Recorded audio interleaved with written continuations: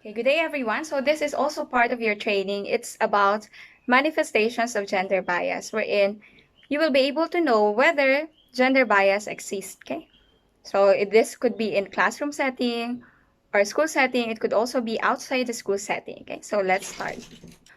All right, so you can see here in our slide, gender issues and gender bias, framework of understanding the origins of gender issues. Now you can see here that the major problem that we are facing is gender inequality. But that one started with gender discrimination. And then gender discrimination also started with gender bias. And then you can see there that it has started from gender stereotyping. So our aim is to eliminate the root cause. Since we wanted to eliminate the gender inequality, gender discrimination, and gender bias, so we have to eliminate gender stereotyping. It's like parang ano yan eh, parang sa puno. Pag nagtanggal ka ng dahon, mabubuhay pa rin. Pag nagputol ka ng sanga, mabubuhay pa rin. Pag nagputol ka ng trunk, meron pa rin possibility na mabuhay. Pero pag nagtanggal ka ng ugat, so dun pa lang tutumba or mamamatay yung puno. So in our own way, like for example in education, what we are trying to eliminate here is gender stereotypes so that we can contribute in finally eliminating gender inequality. Okay, so let's discuss. So in the next illustration, here is an example of gender stereotype, which may lead to gender bias and then eventually to discrimination and inequality. So you can see in the illustration, boys are doctors, girls are nurses.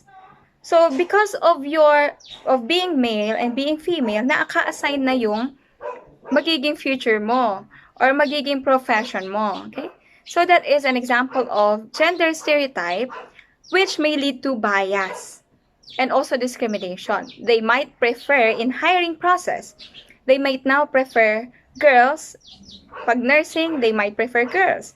Pag doctors naman, they might prefer boys because of our gender stereotypes.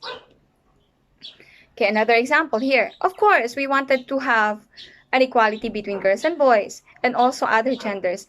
But look at the textbook.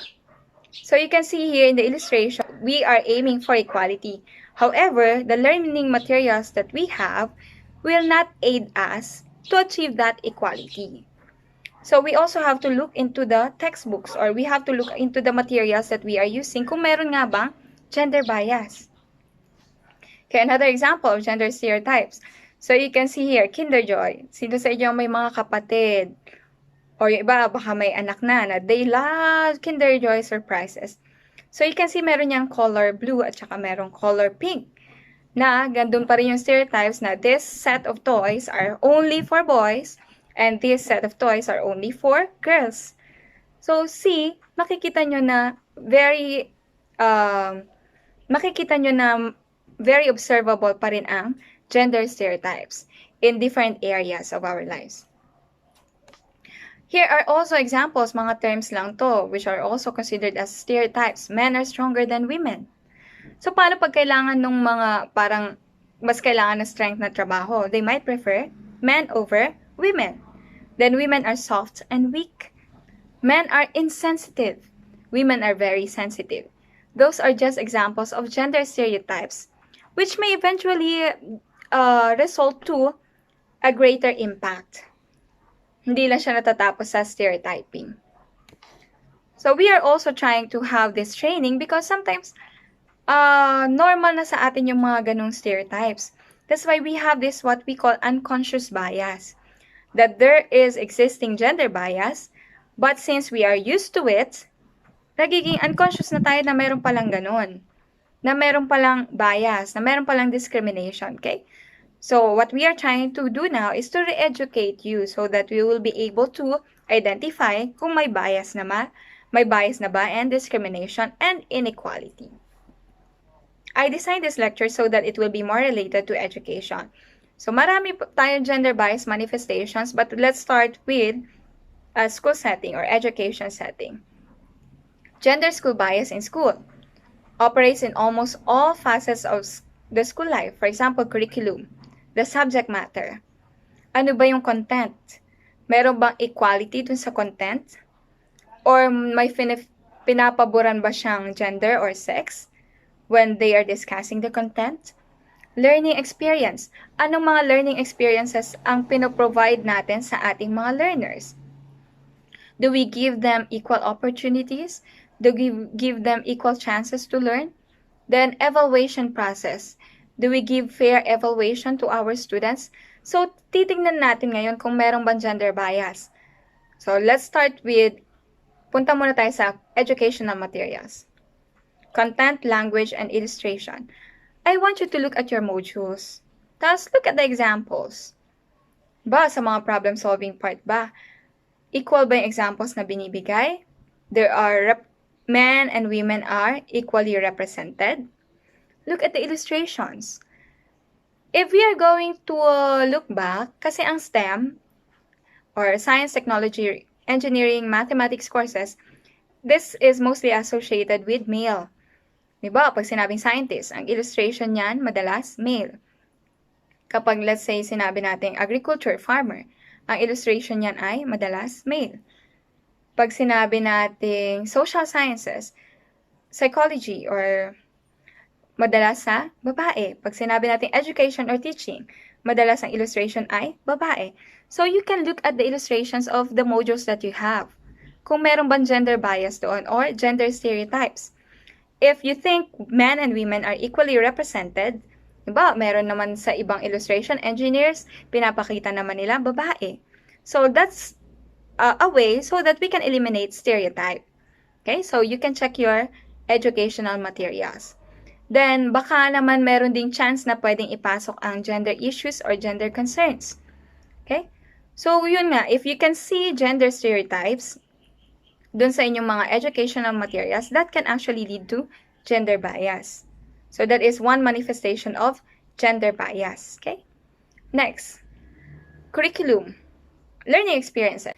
Okay, for example, in physical education, di ba may mga sports that they are not allowed to do that because babae sila. So, ibig sabihin nun, meron na tayong gender bias. That's already a manifestation of gender bias na may pinapabaran na gender. Halimbawa, iba ring, let's say, ibang gender that they are not allowed to do such physical activity dahil sa gender nila. So, meron na tayong gender bias. Okay? So, if you're going to look back your, siguro, elementary years, high school years, or at present, kung meron bang nangyayaring ganon, so that means, nagkakaroon ng gender bias in the school setup. Okay? Next, let's have classroom interaction. So, right now, dahil online, siguro meron pa rin mga teachers that they are still conducting, let's say, graded recitations. So, for example, meron ba sa mga subject nyo, pareho bang natatawag ang babae at lalaki? Okay? Hindi ba yun laging, sometimes, yun nga, unconscious tayo, sometimes if it's math, sabi nila is associated with boys. That's why a teacher has a tendency to call on boys when they do recitation. Sometimes naman pag social sciences, sabi nila is associated with girls. So mostly ang tinatawag ay mga babae. If that happens, that means there is already gender bias in classroom interaction. Okay? So that is another manifestation of gender bias. Let's say, I think nabasa ko to sa isang article. I'll check if I can put on the link to sa article that they were given equal chances to take the course engineering. So, babae at lalaki. They are allowed to enroll in engineering. But there are some instances wherein ang assistance ay hindi lang binibigay sa mga babae or hindi nabibigay sa mga babae, but mas naa-assist in learning ang mga lalaki. Also, the participation in the class participation, yung mas malalaki pa rin nabibigyan ng opportunities to participate. So, you can check in your classroom setup. Sa courses nyo, are males and females and different LGBTQ+ are given equal opportunities to learn? Are you given equal or same learning experiences? If not, just because of being male, female, and LGBTQ+, at yun lang yung dahilan, that you're not given equal opportunities, that means meron ng gender bias. Okay? So, next. So, dito pa na tayo sa school setup. Next is, let's have evaluation process. Okay, what are the assessments that your teachers are using? Okay, are they using varied assessments? I also have read an article wherein, yun nga, we have mentioned, meron talagang difference ang babae at lalaki. Even sa ating brain, sa development ng brain, meron talagang difference. That's why in evaluation process, meron pa ring mga types of assessments wherein girls perform better than boys. Meron din namang types of assessments wherein boys perform better than girls. Okay, do you know that? In multiple choice type of questions, boys can do better than girls. And then, sabi nila, sabi sa article, sa essay type of questions naman, girls can do better in essay types of questions. So, if your teacher or in a school setup is just using one type of evaluation or assessment, that means you're not given equal assessments. Okay? Di ba? Lagi multiple choice. So, we could no longer tolerate na lahat multiple choice. Even though sabi nga nila sa board exams, multiple choice pa rin. But in classroom setup, let's now give equal opportunities for our students to be assessed equally. So let's try to use varied types of assessments. So, halimbawa, pwedeng essay, may multiple choice, may problem solving. So, combination would be a lot better, okay? So that we won't have gender bias in our assessments. Okay, next. School organizations. Sino kadalasan ng school leaders? Are males and females equally represented? So, why do you have to have equal representation of males and females kapag school leaders? Kasi they are the ones making the policies. So, dapat makikita nila din, may lente sila ng babae at lente ng lalaki. If you can also integrate LGBTQ+, dun sa school organization, that will be a lot better. Because in terms of decision making, in the decision process, lahat ay well represented. The rights of all the genders could be represented. Okay? So, in that way, you can now check, meron nga bang gender bias sa PRIMSU? So, right now, we are in online setup. Meron bang gender bias na visible? If there is, then you can inform us. And then, of course, itatry natin baguhin ang ating educational setup so that we can cater for all the genders. Okay? At we can have gender fair education. Now, moving on, so you can see here in an illustration na in maritime courses also, women are encouraged to enroll in the programs or in the courses na dati kasi parang pang male lang din yan. But, hindi ko lang na-screenshot yung certain situation or scenario wherein when they do the hiring process, meron pa rin nakalagay preferably male. So, I think that's also gender bias. It's a manifestation of gender bias kasi nga, preferably male, they prefer male because of being male lang. Hindi yung about the other qualities, pero dahil lalaki yung preferred nila dun sa hiring nila. Okay? So, even though we are trying to have gender fair education, that everyone will be having equal opportunities, sometimes in the hiring process, mayroon pa ring gender bias. So, if you think hindi na consider kayo sa, diba, you're already applying for work, and di kayo na consider just because of your sex or gender, that means meron ng gender bias in the hiring process. So, you can see here, yan, women in STEM, there are only 24% of women are in STEM jobs like science, technology, engineering, and mathematics. So, disproportionately low share of undergraduate degrees. And then 1 in 7 engineers will get the job. Okay? So still, women are still struggling in having a position in STEM. Pero yun nga, dahil dun sa tinatry pa rin natin tanggalin na gender stereotypes that STEM subjects or STEM courses are for male. Okay? So that is for school setup. Now, let's take a look at other gender manifestations. Here are another examples. Marginalization in terms of economics, or we call this economic marginalization.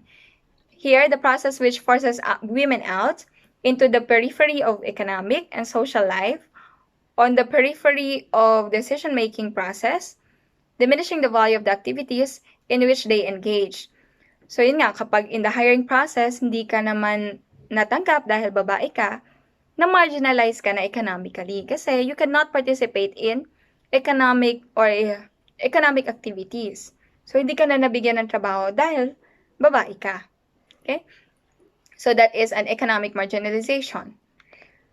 So, aside from that, there are still countries wherein mababa pa rin ang sahod para sa mga babae. Okay, here are also some situations which is telling us of economic marginalization. We have women are last to be hired, first to be fired. They are given limited opportunities. Sometimes they are being hired in exchange of sexual favor. So, meron pa rin ganyan nangyayari. Then, under or non-valuation or recognition of women's work. Diba, sa isang organization, meron naman na-accomplish yung babae. If they are not valued or they are not recognized na yun yung gawa nila, there is also gender bias in terms of economics. Yan, gender bias, as I have mentioned, gender bias in hiring, dahil nga sa ating gender stereotypes that some professions are for male, so they prefer male. Some professions are for female, so they will prefer female. So you can see the gender stereotypes can go a long way. Una, label lang sila. Pero eventually, it could lead to bias at it could lead to economic marginalization. Okay? Kaya in our own way, try natin eliminate yung stereotypes. So our vision is to have this equal pay for work of equal value, either male or female professionals, and the economic independence, and then to have equal economic opportunities. Then another problem of women. So you can see here, sometimes daw sa promotion, meron ding inequality. Why? Because yung mga lalaki, wala sila masyadong burdens. They can concentrate do sa work nila. But still, existing pa rin to. Women are still multiple burdened. So marami pa rin mga professionals na babae na they have opportunities. They are professionals. However, in terms of promotion, medyo naglalag behind sila because of multiple burdens. But of course, right now, marami naman tayong pwede makatulong sa atin to somehow ease the burdens that we are having. Ayun nga, sinasabi, pwede naman equal responsibilities shared within the family. So, sa pag-aalaga ng bata, hindi na ngayon lang babae or ang nag-aalaga, nag-asikaso ng bahay. It's already a shared responsibility. Okay, another manifestation of gender bias would be subordination or political subordination. Yung kanina sinabi ko sa inyo, in a school organization, what we are trying to have would be equal participation din ng male and female. Para in the making decisions, pareho silang represented. Same with, let's say, yung buong country naman. Meron pa rin tayong subordination in political. Although lahat tayo nakakaboto, male, female, but our representations, mas marami pa rin representations ang mga lalaki. So what could be the effect? The effects could be on the decision-making process. Are they considering, kung kinukonsider ba nila yung kapakanan ng mga babae? That's why, yun nga, we are trying to have equal representation para sa decision-making, equal din. Like, hindi rin naman maganda, di ba? Puro babae naman. Dahil nga, we have mentioned that gender sensitivity is not anti-male. Hindi natin tinatalo or kinakalaban ang mga lalaki. Ang tinatry lang natin gawin dito is to have equal opportunities also. So, pangit din kapag puro babae naman yung leaders natin. So, baka hindi naman natin ma-decisionan or ma-consider ang rights ng mga lalaki. Okay? So, equality would be a lot better. Okay, bakit ba tayo nagkaroon ng political subordination na yan? So, why? It has started with the gender stereotypes like this. Women are weak. They are oppressed. They are known to be followers. They are second class. They are owned. So, sinasabi ko sa inyo, nagsisimula lagi sa stereotypes. Like, men are strong. They can dominate. They are leaders. They are always first. They are owners. So, dahil lang doon, nagkaroon na ngayon ng political subordination. Like, mas marami ng political powers ang mga lalaki because of those gender stereotypes. Okay? So, ngayon, Hindi tayo strong, hindi tayo weak, hindi tayo leaders because we are male and female. We are strong, we are leaders because we are on our own.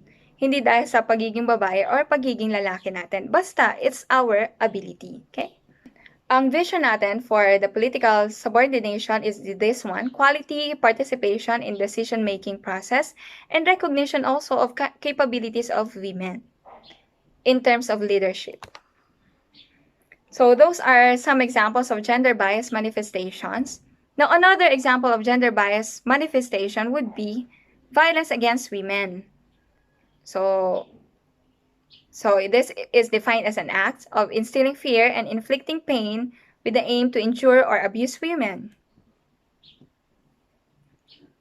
So you can see here in the graph. So now I want you to pay attention on the graph. So looking at the graph, yan, yung pink, it refers to cuts, bruises, aches. Yung orange, eye injuries, deep wounds, and then yellow, lost job and source of income. And then blue had depression, anxiety, anger. Blue attempted, yung darker blue attempted to commit suicide. And green, any of these consequences. If we will not consider the green, ano ang pinakamataas dyan? So you have physical, sexual, and physical or sexual. Ang pinakamataas dyan ay yung, anong color ba to? Light blue? Okay. Light blue had depression, anxiety, anger, and sleeplessness. So when it comes to violence, it's not only physical. There are different types of violence against women and children. So yan, meron tayong physical, sexual violence. We also have emotional abuse. We also have using isolation, minimizing, denying, and blaming. Then using children, using male privilege. Then also using economic abuse. Violence against women is not only physical. So marami yan. If you can see here, discuss natin isa-isa para makikita nyo yung gender bias manifestation or gender discrimination. So ang violence kasi is considered to be a manifestation also of gender bias kasi ang violence, it has rooted with the notion that women are weak and men are strong. And then yung may authority ang mga lalaki over sa mga babae. So doon nagsimula yan sa stereotypes na yan. Kaya tayo parang ang mga babae parang they are vulnerable. So tanggalin natin yung gender stereotype na yon. Okay? But moving on, we'll just discuss some of this violence, types of violence. Let's say physical violence. Yan, making her afraid by using looks, actions, gestures, smashing things, destroying. So yung pagdadabog, yung pagtatapon ng mga gamit, that's already violence against women. Yung pagtatapon ng mga gamit sa bahay, halimbawa, nag-away yung mag-asawa. Tapos, hindi man siya sinasaktan, pero nagtatapon ng gamit, nagsisipa ng mga bagay, that's already considered to be a physical violence. Okay. Aside from physical violence, we also have this what we call emotional abuse. Putting her down, making her feel bad about herself, calling her names, making her think she's crazy, playing mind games, humiliating her, yung pagpapahiya. So that is also considered to be violence, pero emotional abuse nga lang siya. Okay? So even isolation. Diba, may mga nag-i-invite sa kanyang friends niya, tapos pinigilan nyo, diyan ka lang sa bahay, you stay there. You cannot go outside. You cannot participate in parties. You cannot join reunions. That's already violence because you're using isolation naman. So, hinihiwalay mo siya. Para mo siyang kinukulong. Okay? Yeah, meron din tayong tinatawag na economic abuse. Preventing her from getting or keeping a job. Making her ask for money. Giving her an allowance. Taking her money. So, kinuha nyo yung, pwede rin itong maging violence against men. Like, kinuha nyo lahat ng income niya. Tapos, umingi na lang siya sa'yo. So, pwede rin yun. It's also an economic abuse. Or pwede rin pinigilan niya yung asawa niya na magtrabaho. Diyan ka na lang sa bahay. Huwag ka na magtrabaho. Bigyan na lang kita ng pera. Pero, gusto naman ng asawa niya na magtrabaho din. for economic participation, for self-fulfillment, pero hindi siya pinayagan, that's already an economic abuse. Okay, meron pa yan. Using male privilege. So, treating her like servant. Kasi nga, parang pag lalaki daw, mas may pribilehiyo. So, ganon. Using male privilege is also an example of violence against women. And pag halimbawa may mga anak na, ginagamit na pang-threat yung mga anak, so that's already violence against women. Okay? So, that is another gender bias manifestation. So here are violence against women and children manifests itself whether physical, sexual, and in psychological forms. Worldwide, ito yung mga types of violence we have here or different types of violence against women and children. Na-recognize na to ha, intimate partner violence, sexual violence and harassment, human trafficking, female genital mutilation, and child marriage. They are considered to be different types of violence against women and children. Yan. Meron din tayo ngayon, since lahat na ngayon online, this is another gender bias manifestation. Diba, it has started from objectification. Parang yung katawan ng babae ginagawang object. So like here, in the illustration, ano yan, parang beer, tapos nakadrawing dyan yung katawan ng babae. So that is what we call objectification. Because of that stereotypes, pwede siya mag-lead sa prostitution. And right now, yung cybersex. Okay? Nakadalasan ang mga biktima ay mga batang babae. Okay, meron na rin mga lalaking biktima ng cybersex. So that is another gender bias manifestation. Ano na nga rin yan, para siya, kasama na rin siya sa violence. Ito. Ingat-ingat din tayo dito. Kasi another gender bias manifestation is yung pambabastos online. Now, nakarinig ako ng reklamo na may mga estudyante nagsasend ng mga pictures na hindi kaaya-aya o may touch ng kabastusan. So, bawal yun. Yan yung another gender bias manifestation na hindi naman lagi ang biktima ay mga estudyante. Sometimes teachers can also be victims. Okay? So, meron din tayong magkakaroon, I think magkakaroon din kayo ng orientation on RA 11313 na ang anti-bastos law, wala nang ano yan, hindi na yan ang biktima lagi like estudyante. Ang perpetrator ay teacher, hindi na ganon. Pwede na ngayon ang biktima ay teacher, ang perpetrator ang estudyante. So, pwede yan kayong pwedeng administrative sanctions or dismissal ang mangyayari dyan. Kaya, iwas tayo dyan. So, wag maging bastos kahit na online pa yan. Okay? And online also, we can gather concrete evidences kasi madali lang naman tayo mag-screenshot ng online. Okay? So, I think you will have another orientation on RA 11313 para malaman nyo rin yung mga iba't ibang type ng pambabastos. Para you are aware, and then maiwasan natin yon. Ito lang, i-share ko lang to sa inyo kasi maganda to, hello, love, goodbye. So, if you can relate, they love each other. Yung lalaki gusto niya i-control yung babae para hindi na sila magkalayo. Pero, nilet go din niya for the fulfillment dun sa babae. So, if you have partners, we also try to be supportive. Kahit babae yan o lalaki, magsuportahan lang para maiwasan natin yung gender bias manifestations in our relationship. Another way is to communicate. If we have misunderstanding, hindi naman kailangan dumaan pa sa physical abuse or emotional abuse, but if you can communicate, that would be a lot better, okay? So that we can address the issues at hindi tayo magkaroon ng gender bias and discrimination and also gender-based violence.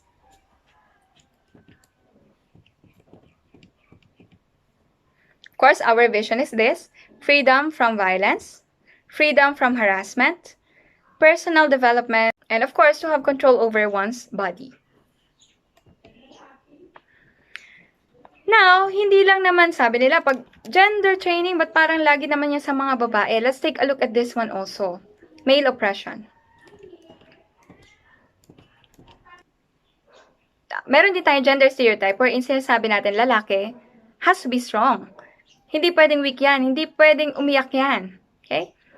If kayo, nung bata kayo, are you allowed to cry? Or kalalaki mong tao, iyak ka na iyak. Sinabihan ba kayo ng ganong ng magulang nyo? So, pag nasabihan kayo ng ganon, that is already an example of gender bias manifestation. Kasi nga doon sa gender stereotype natin na pag lalaki, they are always strong at hindi pwedeng iyakin. So, do you think that gender stereotype can lead to a big problem? What do you think? Okay, it can actually lead to a bigger problem. At ano yon? Tingnan natin. Okay, I want you to look at this graph. We have here male and female suicide rates. So, saan mas mataas ang suicide rates?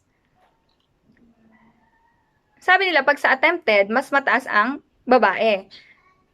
According to a survey, pag attempted, mas mataas ang babae. Pero, pag yung talagang suicide, yung talaga nangyari, mas mataas ang cases ng mga lalaki. Kasi nga, they are oppressed to show their feelings. Hindi sila pwedeng maging emotional because they should be strong. So, they cannot express their emotions. In that way, wala silang mapagsabihan. So, pag hindi na nila kaya, they just commit suicide.